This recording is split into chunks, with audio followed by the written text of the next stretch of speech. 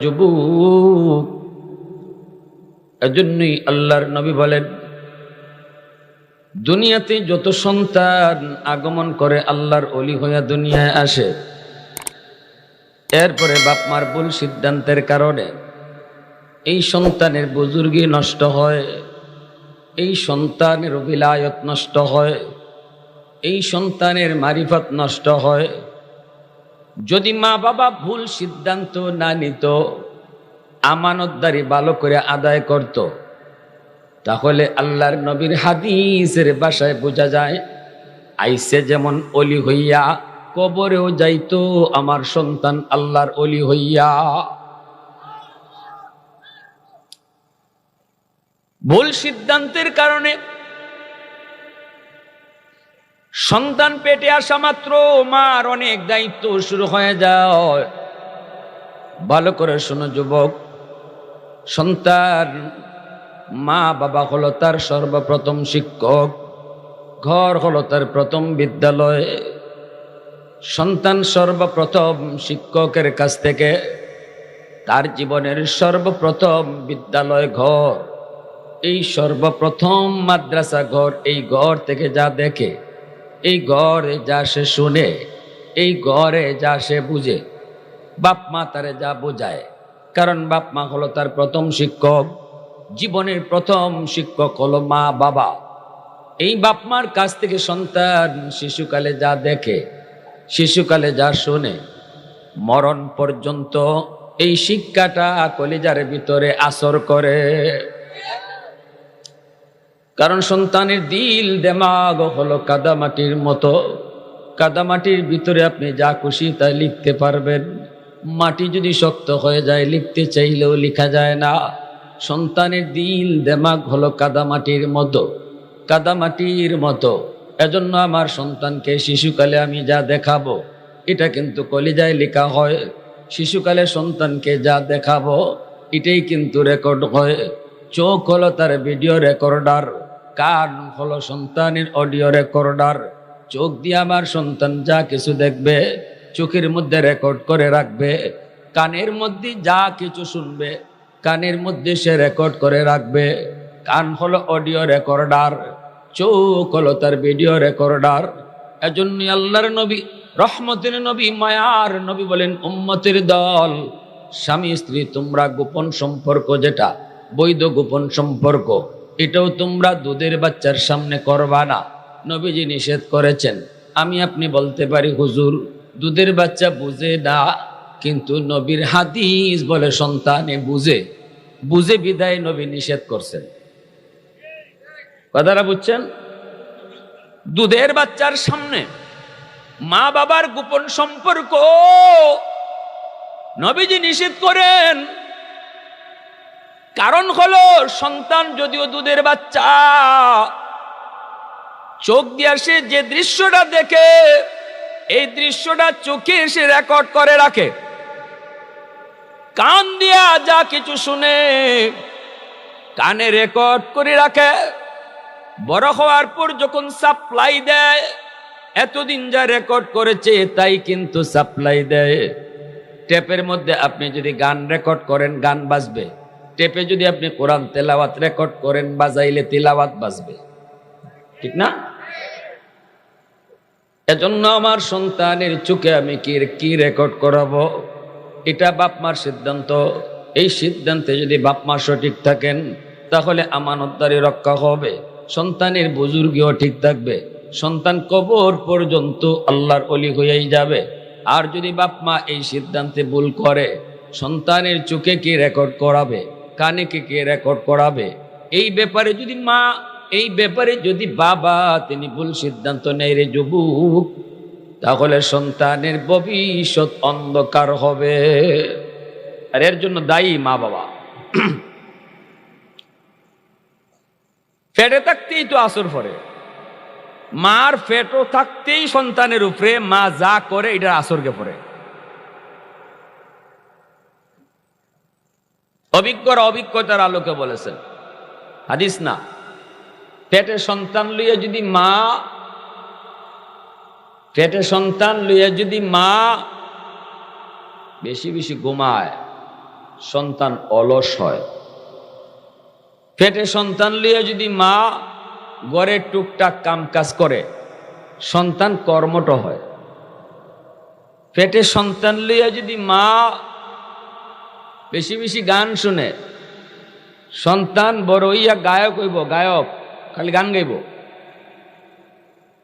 আর পেটে সন্তান লইয়া যদি মা বেশি বেশি কোরআন তেলাওয়াত করে, এই সন্তান অল্প দিনে হাফেজে কোরআন হয়। বেশি বেশি মিষ্টি খাইলে সন্তান মিষ্টি প্রিয় হয়, বেশি বেশি টক খাইলে সন্তান টক প্রিয় হয়। সন্তান পেটে নিয়ে মা যদি বেপরদায় চলে, সন্তান প্রতিবন্ধী হয়, ব্রেন ঢিলা হয়। সন্তান পেটে নিয়ে যদি মা পর্দায় থাকে, এই সন্তান মেধাবী হয়। আল্লাহু আকবার। বাবার চেয়ে মায়ের আসর সন্তানের উপরে বেশি পড়ে। এজন্যই নবীজি বলেছেন, আল মারআতু রাইয়াতুন আলা বাইতি যাওজিহা ওয়া ওয়ালাদিহি। নবীজি বলেন, কিয়ামতের ময়দানে বাবাকে সন্তানের ব্যাপারে আল্লাহ যদি একটা প্রশ্ন করে, মারে দুইটা করব। কারণ সন্তান মার টাচে বাবার চেয়ে বেশি ছিল, পেটে ছিল তাও মায়ের পেটে, মার আসরটাই সন্তানের উপরে বেশি পড়ছে। দুধ খাইছে তাও মায়ের দুধ খাইছে, ঠিক না? তখনও মায়ের টাচে ছিল। ঘরে যতদিন ছিল ততদিনও মায়ের কাছেই ছিল। বাবা তো বাহিরে বাহিরে ছিল, বাবাকে সারা দিনে একবারও পায় নাই, সারা দিন সন্তানে মারে দেখছে। মা যদি নামাজি হয় রে যুবক, এই নামাজের আসর সন্তানের উপরে পড়বে। মা যদি পর্দা করে, সন্তানকে পর্দা করা শিখাইতে হবে না, দেখকেই শিখবে। মা মাথায় চুল ঢাকা রাখে, যদি সন্তান শিশু বাচ্চাটা শিশুকাল থেকে এই জিনিসটা, এই দৃশ্যটা দেখে, এই দৃশ্যটা তার চোখের মধ্যে রেকর্ড হয়ে থাকবে। মেয়েটা যখন উপযুক্ত হবে তখন বুরকা পরো, মাথায় কাপড় দাও বলতে হবে না। শিশুকাল থেকে মার মাথায় কাপড় দেখা চোখে সেটা রেকর্ড হবে। সেও যখন বালেক হবে, উপযুক্ত হবে, তখন নিজেও মাথায় কাপড় দিবে। অনেক সন্তান দেখবেন মা নামাজে দাঁড়াইলে মার সাথে হেওকে নামাজে দাঁড়াই যায়, দাঁড়ায় না? পর্দা বুঝে না, ইডে বুঝে মা পরপুরুষের সামনে যায় না, কেল লাগি যায় না, এটা পর্দা, এটা আল্লাহর বিধান, অত কিছু বুঝে না। বুঝে এটা বুঝলেই যথেষ্ট। দেখেন আমার ছোট বাচ্চারা, আমাদের ফ্যামিলিটা তো জেনারেল ফ্যামিলি, সবাই তো জেনারেল শিক্ষিত। মাদ্রাসার লাইনে আমি একা, আমার ভাই তো সচিব, ছোট ভাইটা আমেরিকায়, আব্বাও সরকারি ডাক্তার রিটায়ার্ড। তো আমার ছোট্ট মেয়েটা 7 বছরের আয়শা, সে দেখে যে তার চাচাদের সামনে তার মা যায় না, এটা বুঝে। তো একদিন আমি দেখতেছি যে তার মা এই রুমে আছেন, এটা হয়তো তার চাচা সচিব সাহেব উনি জানে না, উনি আসতেছে। কিন্তু আমার ছোট বাচ্চাটা যখন এটা বুঝছে যে ওর মাঝে এই রুমে তার চাচা জানে না, এজন্য চাচা ঢুকবার চাইতেছে, তো ওখান থেকে আমার পাশ থেকে দৌড়ে গেছে, গিয়া চাচার কোমরে এমনি দইরা কয়, চাচু এই রুমে আম্মু আছে। আল্লাহু আকবার কোন? কে তারে শিখাইল? ওই ছোট থেকেই দেখতেছে দেখতেছে দেখতেছে, দেখে দেখে সে শিখতেছে। এজন্য ঘর হলো আমার সন্তানের সর্বপ্রথম মাদ্রাসা, প্রথম বিদ্যালয়, আর বাপ মা হলো তার জীবনের প্রথম শিক্ষক। এখন তুমি বাবা, তুমি মা, তোমার প্রথম ছাত্রকে কি শিখাইতেছো এবার হিসাব নাও। এজন্য বলি যুবক, আমার সন্তান দুনিয়াতে আসার পর সন্তানের কানে আমি গান বাজনা রেকর্ড করাবো নাকি কোরআন তেলাওয়াত রেকর্ড করাবো, সিদ্ধান্ত নিতে হবে বাপ মার। যদি আমি গান বাজনা রেকর্ড করাই, সন্তান বড় হয়ে গান প্রিয়ই হবে, সন্তান বড় হয়ে গায়ক হতে চাইবে। আর যদি আমি সন্তানকে কোরআন তেলাওয়াত রেকর্ড করাই, এই সন্তান যদি কলেজ ভার্সিটিতে যাইয়াও লেখাপড়া করে তবুও কোরআনের বিপক্ষে যাবে না, কারণ শিশুকালে কোরআন তেলাওয়াতের আওয়াজ বাপ মা রেকর্ড করায় দিছে। কিন্তু দুঃখ, মুসলমানের ঘরে আজকে টাইম টু টাইম টেলিভিশন চলে, গান চলে, কিন্তু দিনও একবার কোরআন তেলাওয়াতের রুটিন নাই। মুসলমানের ঘরে দিন চলে যায়, সপ্তাহ চলে যায়, মাস চলে যায়। রে যুবক, মুসলমানের ঘরে পুরুষও কোরআন তেলাওয়াত করে না, এখন মা বইনেরাও কোরআন তেলাওয়াত করে না। এক মোবাইল আইয়া তেলাওয়াত সব দিয়া দিছে খাইয়া, মোবাইল আইয়া তেলাওয়াত খাইয়া দিছে। যেই টাইমটাতে অবসর হইলে কোরআন পড়তো, এই টাইমটাতে এখন মোবাইল টিপতেছে।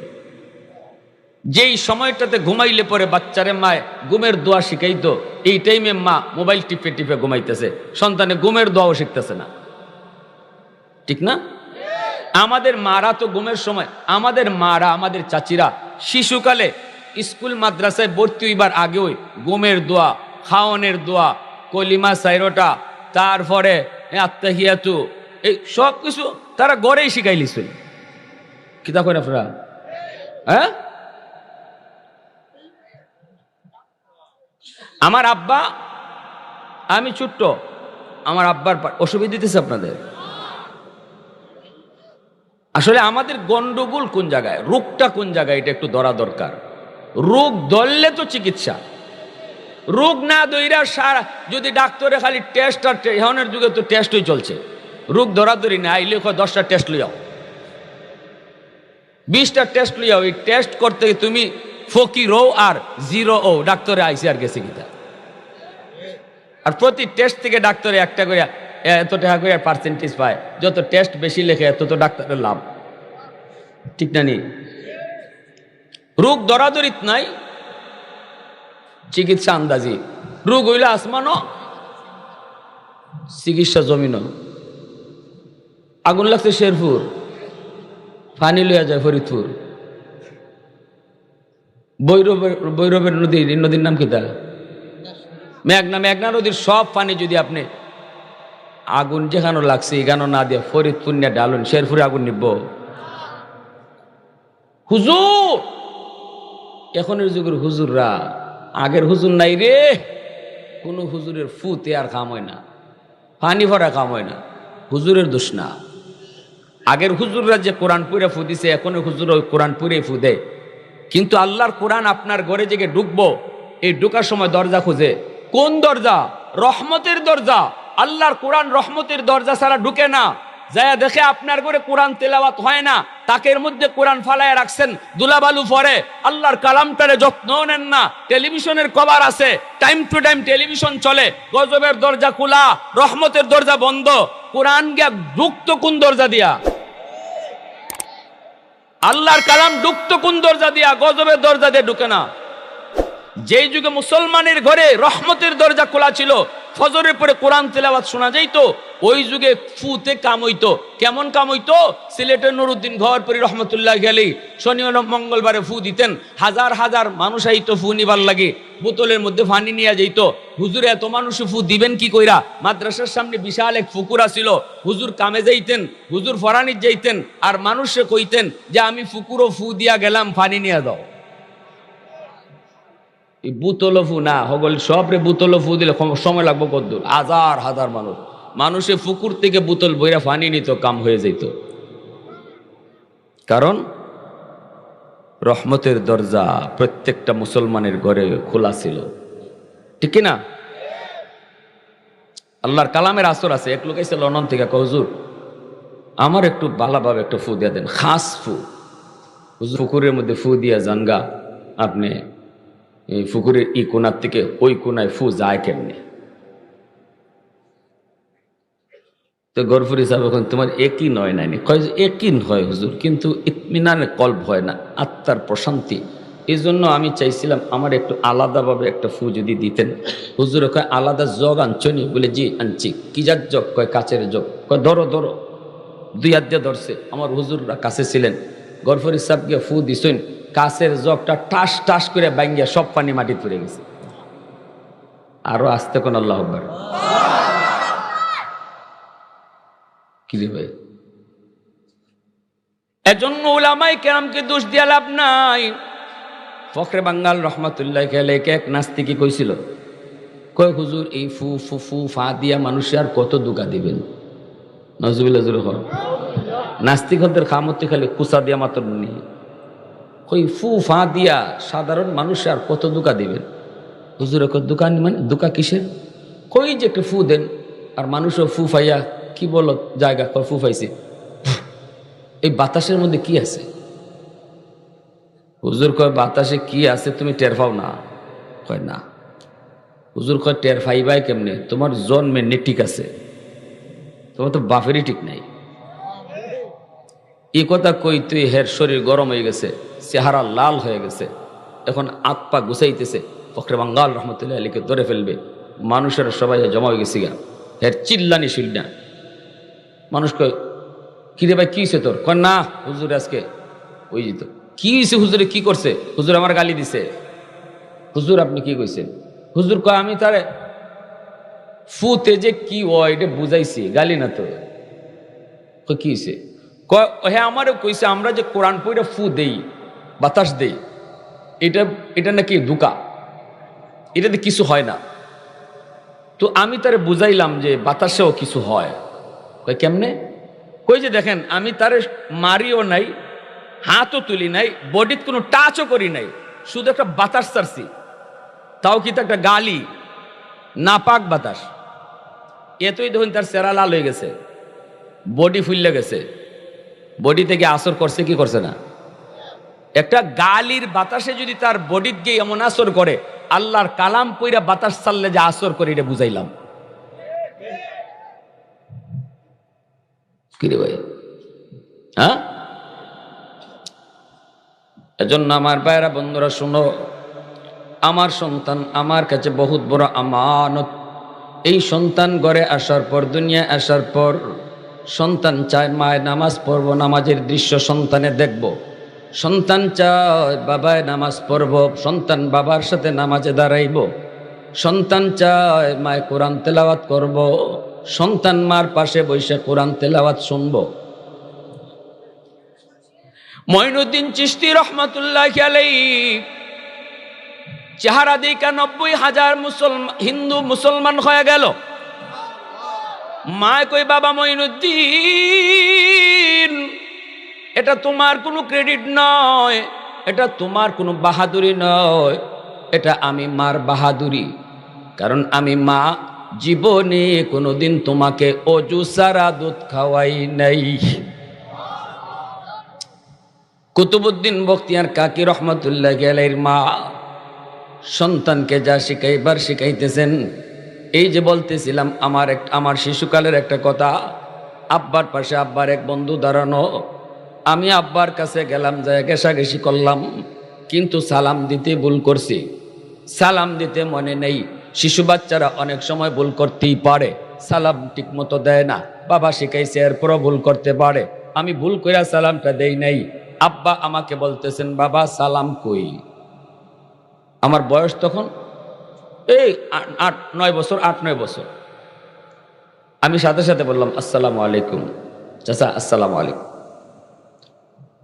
আব্বা বলতেছেন হবে না, এই সালাম আমি নিলাম না। আব্বা কইতেছে তুমি রুম থেকে বের হও, এই রুমে আবার ঢুকো, সালাম দিয়ে ঢুকো। আমার আঙ্কেল কইতেছে ভাই বাদ দিয়ে দেন, ছোট মানুষ, দিছেই তো সালাম, সালাম তো দিছে। আব্বা তখন কইছিলেন যে এখন যদি তার সালামটা আমি নিয়ে নেই, তাহলে সারা জীবন মনে থাকবে না। সারা জীবন মনে রাখানোর জন্য রুম থেকে বের করতে হবে এবং সালাম দিয়া রুমে ঢুকাইতে হবে।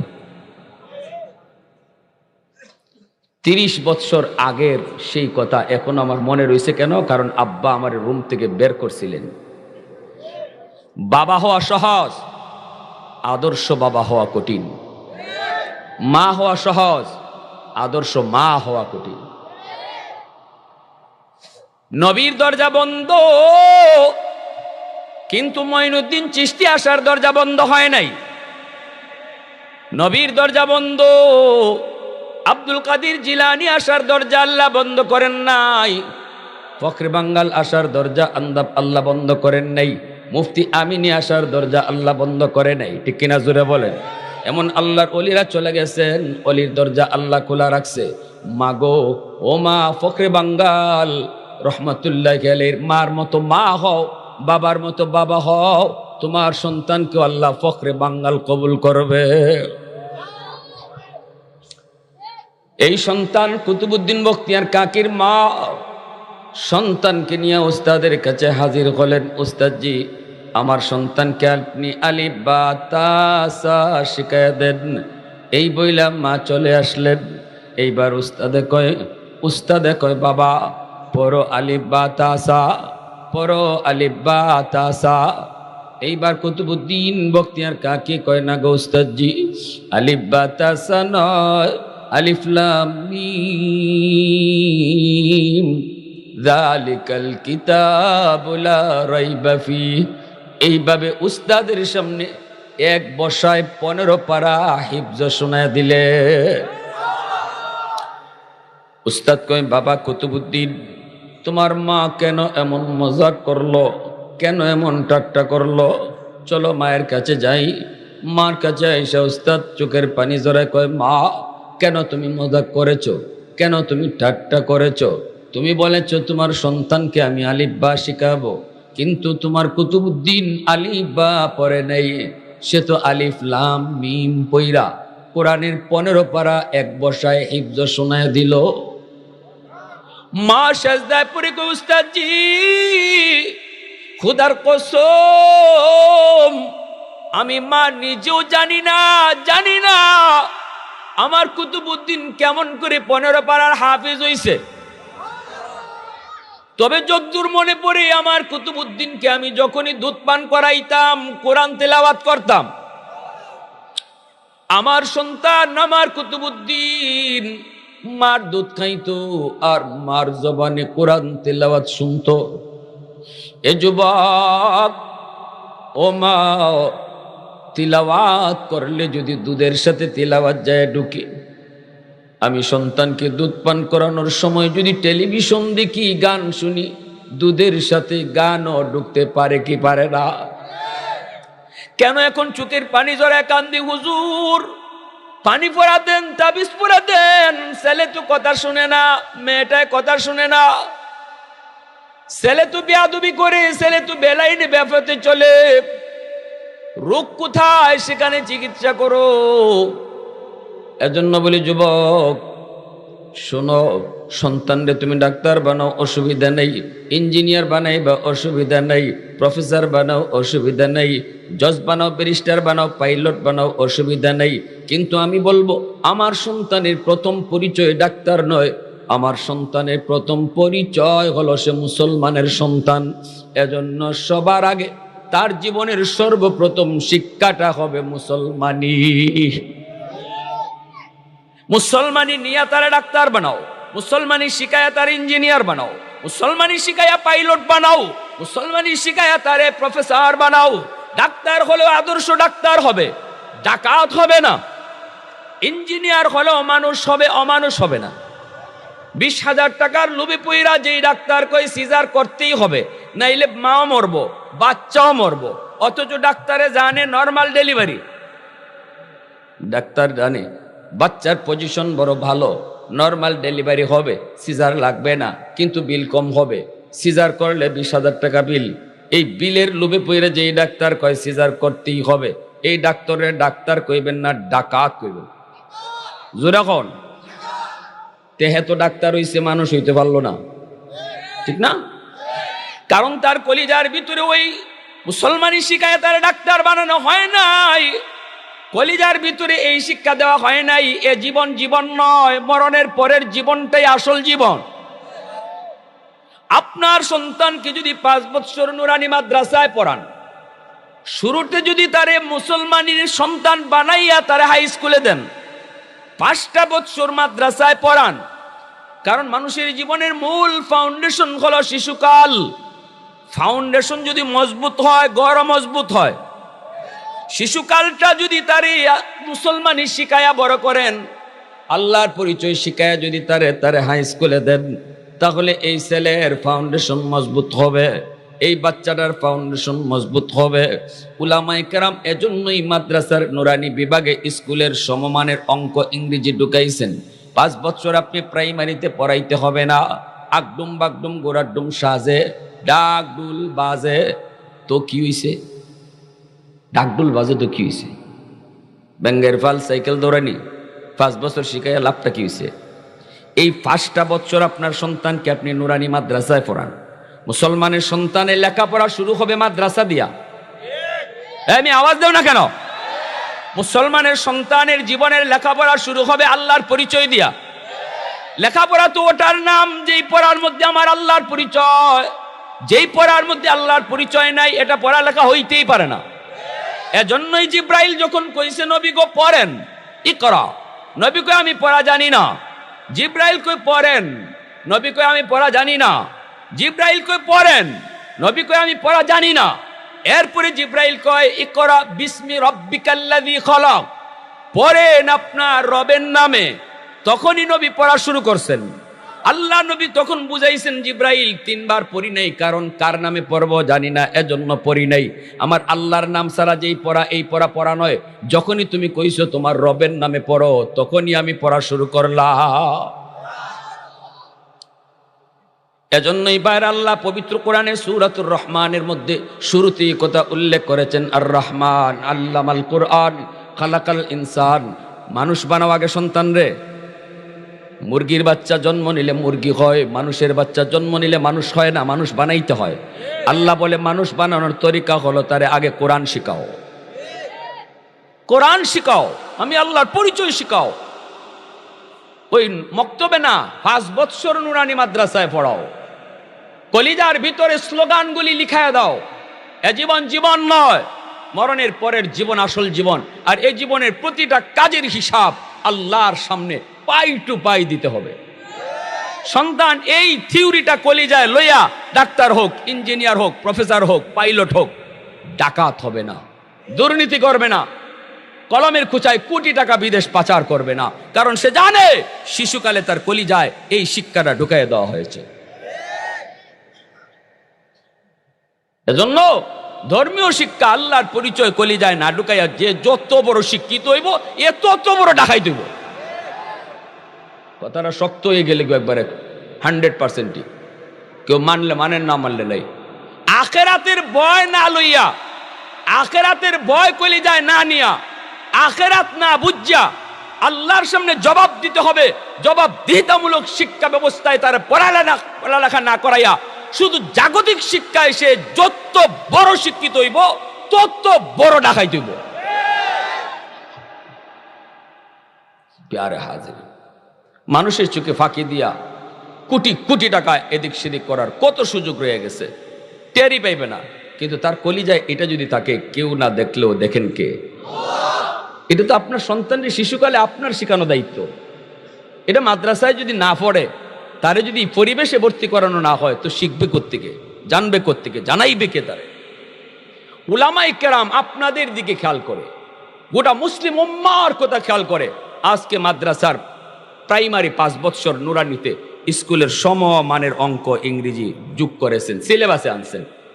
স্কুলের 3 অঙ্ক ইংরেজি মাদ্রাসায় আছে, স্কুলের 4 অঙ্ক ইংরেজি মাদ্রাসায় আছে, ভালো টিচার পর্যন্ত রাখছেন। কেন? আপনাদের কথা খেয়াল করে যে আপনারা সন্তানকে ডাক্তার বানাইবেন, ইঞ্জিনিয়ার বানাইবেন, আমরা নিষেধ তো করবো না, করিও না।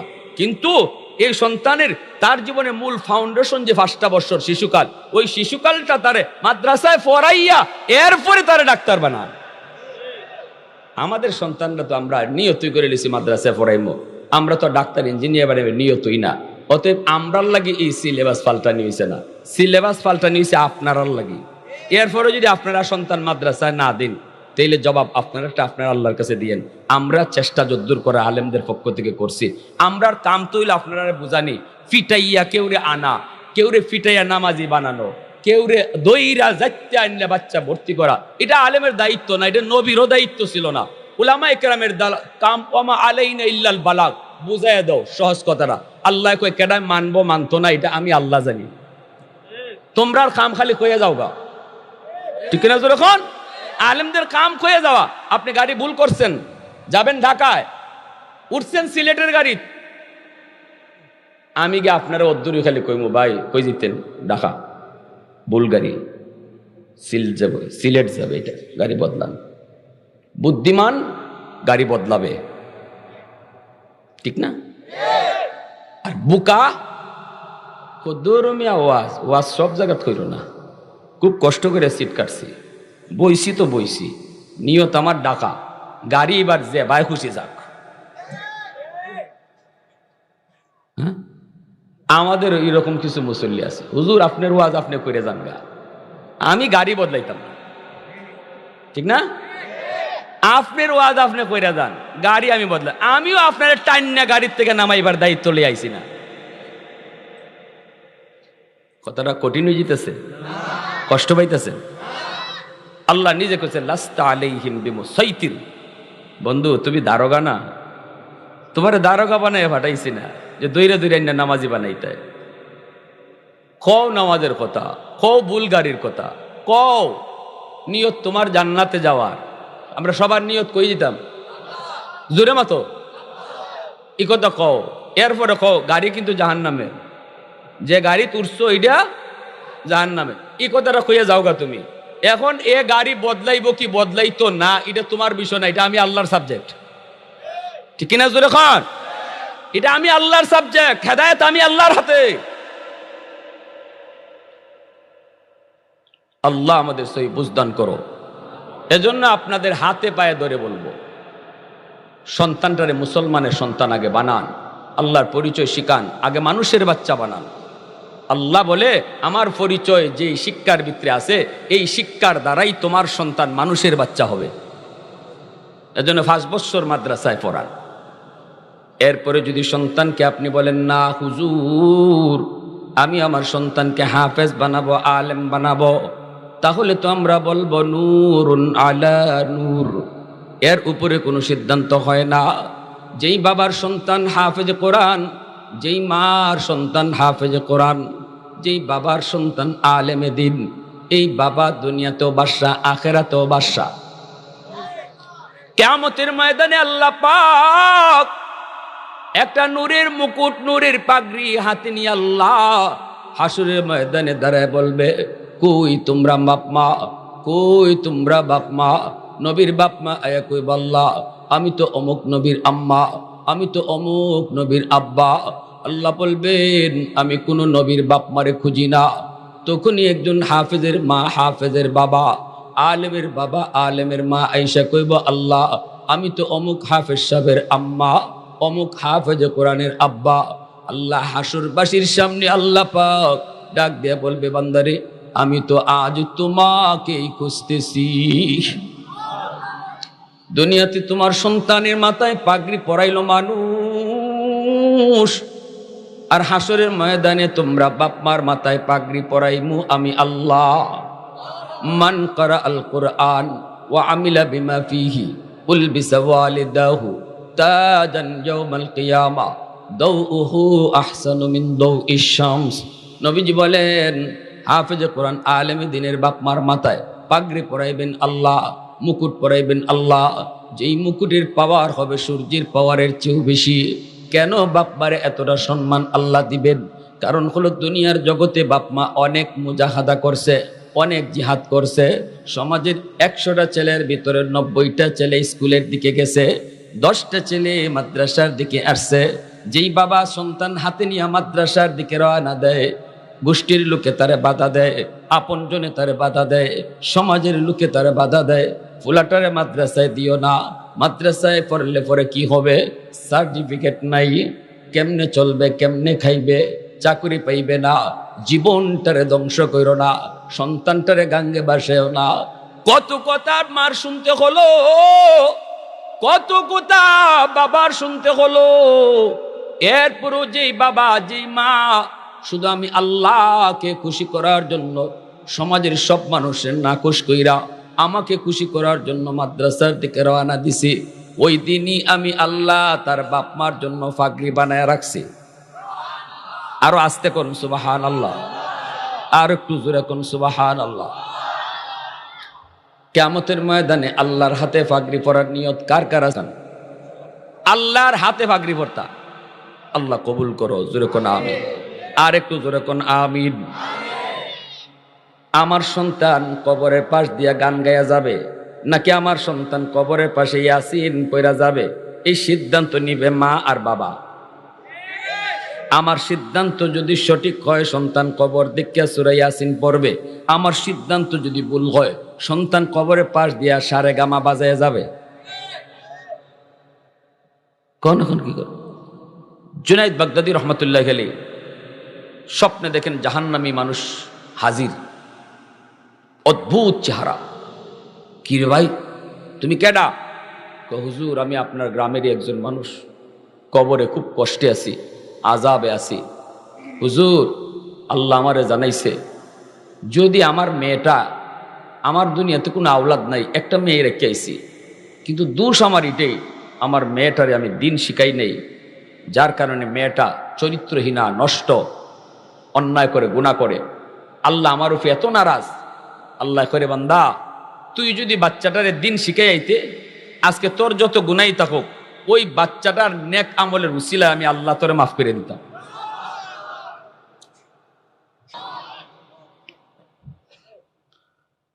আল্লাহ আমাদের প্রত্যেকের আওলাদ থেকে হাফেজ আলেম কবুল করেন।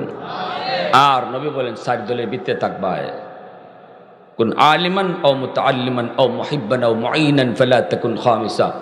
4 দল, আমরা এখানে 4 দল আছি আলহামদুলিল্লাহ।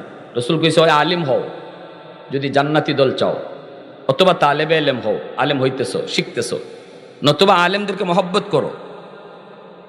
মহব্বত করে আইছেন না আপনারা? মামা তুই নজর এখন। আর রাসূল কইছে সাহায্য করো। একজন হাফেজ হইতে যারা সহযোগিতা করছে, হাসরের মাঠে কইব, আল্লাহ যাদের সহযোগিতা পাইয়া আমি হাফেজ হইছি, আমার থাকা খাওয়ার ব্যবস্থা করছে, এরারে না লইয়া আমি জান্নাতে যাইতাম না। আলিমেও কইব, আল্লাহ আলিম হওয়ার পিছনে যত মানুষের সহযোগিতা ছিল, এরারে না লইয়া জান্নাতে যাইতাম না।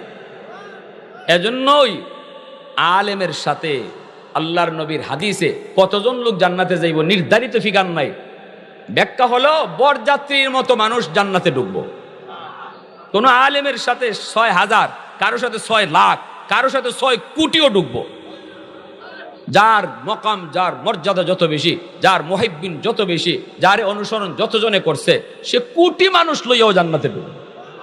দুনিয়ার বরযাত্রীরে যেমন কেউ আটকায় না, হাসরের মাঠেও ফেরেশতার সাহস নাই বরযাত্রী আটকাইতো, কারণ বিয়ার দিন বর থেকে বরযাত্রী হওয়ার বেশি, ঠিক না? ও মিয়া খারাও, কথা ছিল 300, কবেই ঢুকছে 300, আর কত? যদি খালি গেইট হয় এমনি বরযাত্রী কবে 8টা সরা চিনো জামাই, আমি বরযাত্রী জামাই বেস্ট ফ্রেন্ড, সাথে সাথে মেয়ের বাড়ির লোকের পায়জামা গরম, ঠিক না? এরপরে ঢুকিয়া দেখবেন বিয়ার দিন যা উৎপাত হয় সব বরযাত্রী করে, প্লেট ভাঙ্গা, গ্লাস ভাঙ্গন, এরপরে তেল কেল্লাগি বেশি হইল, লবণ কেল্লাগি কম হইল, জাল কেল্লাগি বেশি হইল, এগুলা বরে করে না বরযাত্রীরা করে। এরপরে খালি এটা তো না, পিসের দিকে গিয়া ডাব ডুব যা আছে মেয়ের বাড়ির লোকরা দেখায় দেখায় খায়। এইভাবে আপনারা ফাওয়াল লইয়া ঢুকবা যদি মাদ্রাসারে মহব্বত করুন, আলেমদেরকে অন্তর দিয়ে ভালোবাসেন। রাইসুল মুফাসসিরিন আব্দুল্লাহ ইবনে আব্বাস রাদিয়াল্লাহু তাআলা আনহু বলছে, যে মানুষটা দিল থেকে কইব যে আমি আলেমদেরকে অন্তর থেকে ভালোবাসি, আল্লাহর নবীর সাহাবী, এই উম্মতের সবচেয়ে বড় মুফাসসির, তিনি বলছেন আল্লাহ এই উসিলায় তার মরণের সময় দৌলতে ঈমান দান করবে। শুধু এতটুকু আমলের উসিলায়, যে অন্তর থেকে নবীর ওয়ারিস উলামায়ে কেরামকে আমি ভালোবাসি। আর যদি কেউ কয় মোল্লা মুন্সি ভালো লাগে না, দেশটারে মোল্লারা খাইছে, এর কপালও যত বড় নামাজের দাগ থাক, হে বছরে বছরে যত উমরা করুক, আমি মৌলবি কই নাই, রসুল যার সার্টিফিকেট দিয়া গেছেন এই উম্মতের সবচেয়ে বড় মুফাসসির আব্দুল্লাহ ইবনে আব্বাস রাদিয়াল্লাহু তাআলা আনহু বলেন বেঈমান হইয়া মরবে। এরপরে শুধু তাই না, তিনি বলেন তার কবর খুদো, কসম করে বলি তিনি বলতেছেন কবর খুদো, যার অন্তরে আলেমদের প্রতি বিদ্বেষ ছিল, মাদ্রাসার প্রতি বিদ্বেষ ছিল, কবর খুদো, খুঁজতে দেখো, তোমরা মুখ রাখছিলা কিবলার দিকে, আল্লাহ ফেরেশতার মাধ্যমে কিবলা থেকে মুখ ঘুরায় রাখছে। আর কি চান, আর কি বলবো, এর উপরে আর কোনো কথা আছে? দিল থেকে মাদ্রাসাকে মহব্বত করব, ছাত্রদেরকে ভালোবাসবো, উস্তাদদেরকে মহব্বত করব, নিজের সন্তান মাদ্রাসায় পড়াবো। কারা কারা নিয়ত আছে হাত তুলে আল্লাহরে দেখা। আল্লাহ তুমি কবুল করো, সবাই বলে না। পরিশেষে আপনাদের কাছে দোয়া চাই, আপনাদের জন্য দোয়া করি, এই প্রতিষ্ঠানের জন্য দোয়া করি, আল্লাহ কবুল করে।